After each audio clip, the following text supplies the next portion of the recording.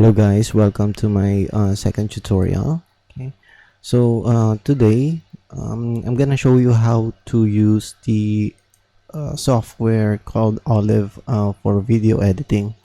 Okay, so this is a powerful tool, free siya, and very user friendly. Okay, so let's start off by creating your own folder. Okay. So, sa akin, ang ginawa ko, I created my own folder para organize. So, I named it Olive Tutorial. Okay. On this folder, nandito na yung mga files na gagamitin ko. Let's say, yung logo. Okay, ito. Then, another logo. And pictures.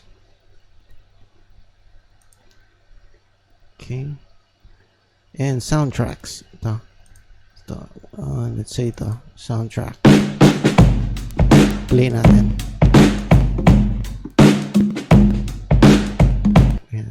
And another soundtrack. Okay. Alright, so let's start off by opening up Olive. Okay. Alright, so let's delete these files first. Yeah. Then what you can do, etong since na may mga files na kayo dito,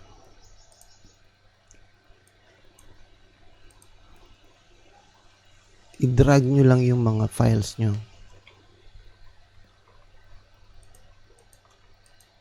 Ayan, to. Let's say dito.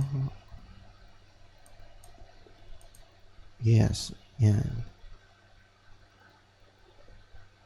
Okay. So, let's start from scratch. Tanggalin muna natin to. Ito yung mga files na pwede nyong gamitin.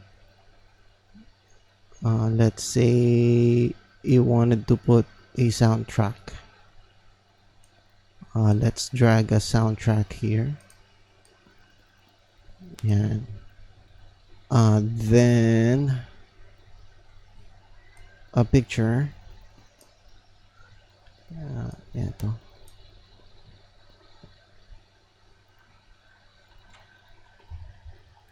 Iglian muna natin yung soundtrack. Masyadong mahaba.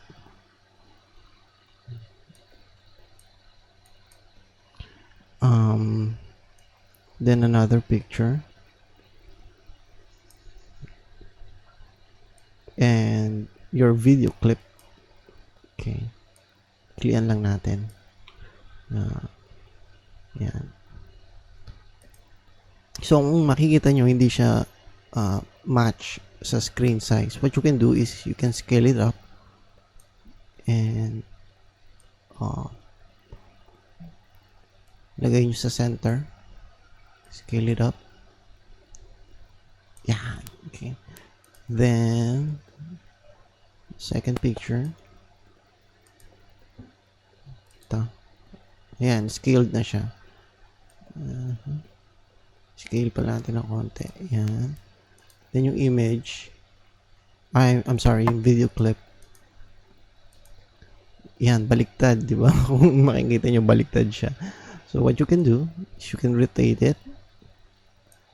Scale it. Ayan. Alright. After nyo ma-edit or satisfied na kayo, what you can do is you can export. Alright. So, para sa akin, yung width ko, 854 or 80.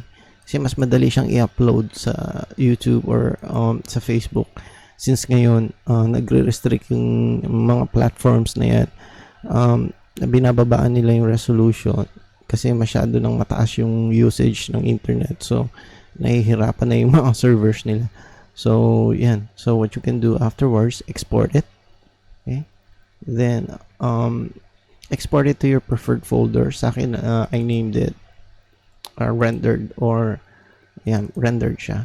Yung iba, exported. Yan, sa akin, rendered. Okay. Yan. And then, click export. Yan, doon na mapupunta yung file na sinave nyo. So, alright, that's the first tool. Itong tool na to kasi napaka user friendly niya. Tingnan nyo, mabilis lang siya gamitin, madali. Tsaka yung interface niya napaka madaling intindihin compared sa iba, no. Maganda rin yung iba, pero para sa akin ito maganda to. Okay. Alright, that's it for now. Thank you for watching. Stay safe. Bye.